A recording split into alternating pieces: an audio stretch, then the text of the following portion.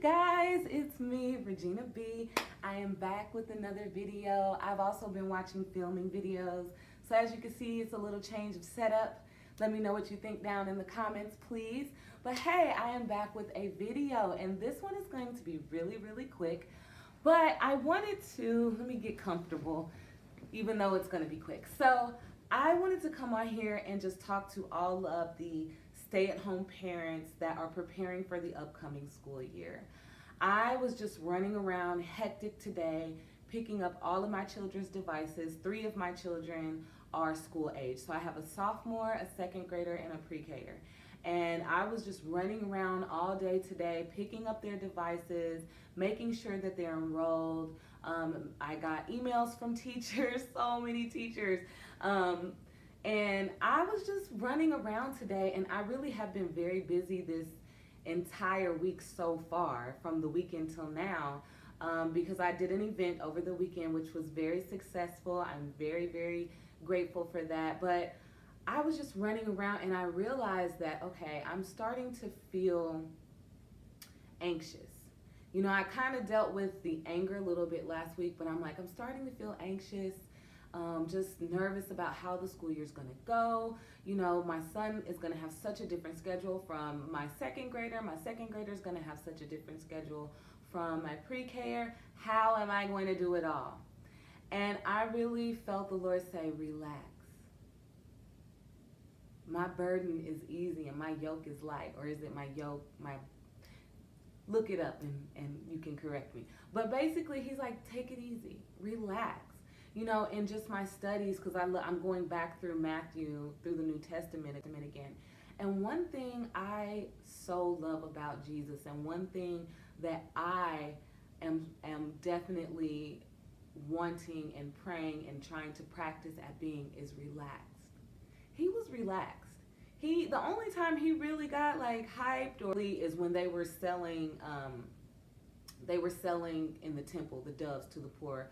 And that really made him mad, because he's like, not only are they poor, but you're selling the sacrifice that they need for the Sabbath to them in my Father's house. You've made it a den of thieves. And he threw over the table. I love that story. But if you look at him, he's relaxed. When he's being accused, he's relaxed. When he's being challenged, he's relaxed.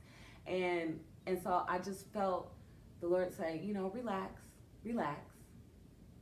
And remember what I taught you at the beginning of this. Don't go back. Do not go backwards, Gina. This is about going forward. And so I wanted to share with you something that helped me at the beginning of this whole quarantine thing and this whole coronavirus, is be adaptable. I realized that I was not adaptable. Like, I wanted to know how things were going to go, when they're going to go back to school, especially at the end of the year when everything was hectic last year, 2019. And so I was reminded, we discussed this, we had a lesson on this, and you need to be adaptable. You need to be able to change and to willingly change and to not fight the process of change. And how I came to that and how I was blessed to receive that is I was running, and it was at the beginning of the quarantine. The kids we weren't knowing when they were going back to school after spring break. And I was just like, oh, just anxious. I'm just running it out. And I looked up and I noticed the clouds. And I thought, okay, they're different from when I first started running. Like, the shape of them were different. They were different from like the last lap that I was meditating and you know, expressing my anger and frustration and fear and worry. And I felt the Lord say, yes, you need to be as movable, as adaptable as these clouds. They're just blown on very calmly. It's very relaxing for the human eye to watch if you have the time. But they're always changing form. They're always moving and in motion.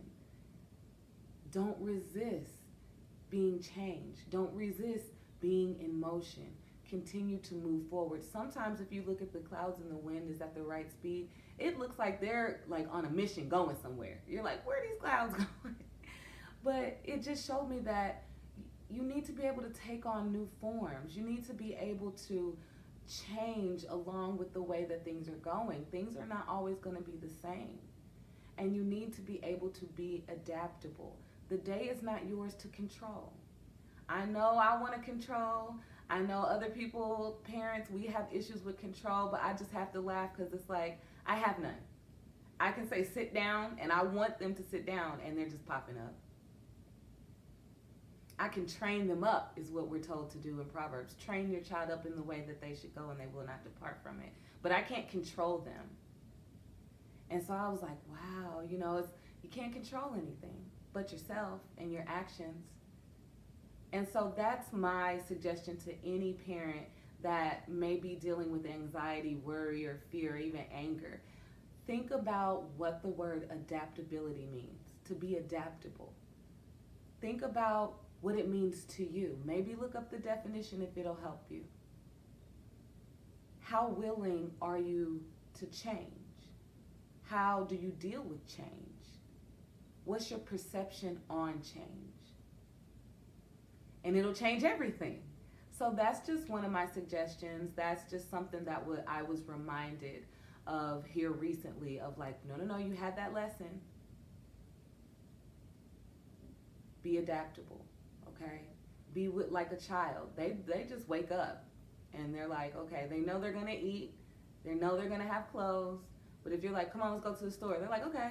Even if they may kind of get upset if they're like in the middle of watching something, but within 2 minutes of a car ride, they're looking out the window happy, So that's one thing I really want to suggest. Another thing I wanted to share with anyone that is blessed to be able to stay at home with their kids and they have neighbors with other kids that are around the same age. So my neighbor next to me and then the neighbor next to her, we're all stay-at-home mothers, and we all have children that are the same age, around the same age. So my daughter Harper is the oldest, so she'll be in second. My neighbor, her son will be in kindergarten. No, he'll be in first grade. And then my 4-year-old Ava and my neighbor's son, they're both 4, and they were going up to the pre-K school together. So that's great. So one idea that we had is we each, once the school year starts, we each take turns watching the children, teaching the children, being little school marms. And we'll give them lunch, and we'll give them snacks, and we'll give them a recess, and then they'll get to go home. And we'll each do that every, I don't know how many days in a row, but, we'll rotate and do that. And that will be helpful to each other as neighbors, but also to just give each of us time to gather ourselves and have some alone time and maybe pick up some things and straighten up and, get dinner started without, worrying about did you finish your lesson or have you done your Zoom. So that's something that I would suggest if you have neighbors. We know we're not sick, but we know we're all well and we're just blessed and we have faith, so we're not going to worry about that. But yeah, so that's a suggestion I would have as well. If you know your neighbors, even and if you're not comfortable with your kids being on the inside, like my kids are playing at my neighbor's house too. They're not allowed to go in the house because she has other people living there, and she does not mind that. They just stay in the backyard. I go to my window, I peek out at them, I pop my head out just to let them know, hey, do you need anything? I'm here. And so that's a suggestion too. Your kids don't have to be out of your your line of sight. And so yeah, and I'm really blessed because my neighbor in her country, she used to be a teacher. So it's just such a blessing because she's been having them basically in summer school, but doing fun things like projects and nature hunts and painting, and it's been really, really beautiful. And then my children have helped her because she's self-taught herself English. That woman is amazing. And it's helping her, get more English skills, and it's helping her children as well. So it's really, really awesome. But I just want you to know you're not alone. I totally understand if you feel anxious, if you feel worried or fearful, or just angry about how the school year is beginning with distant learning.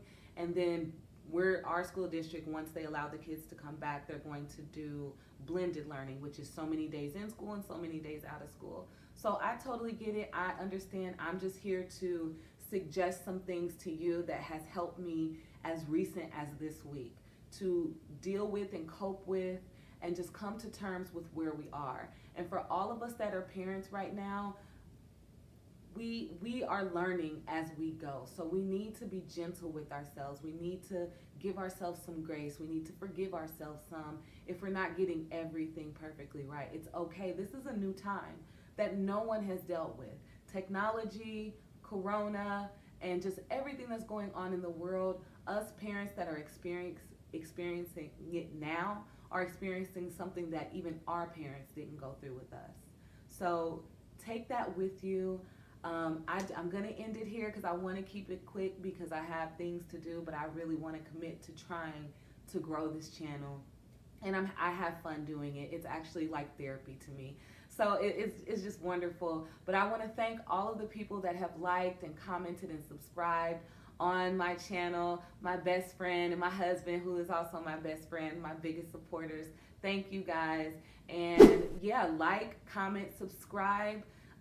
Ring the little bell so that you'll be notified when I do upload. And as always, I want to thank you for spending this time with me. I know that you could have spent your time doing anything else, but you chose to spend it with me, and I am so very, very grateful. And as always, you blessed, we blessed, I'm blessed.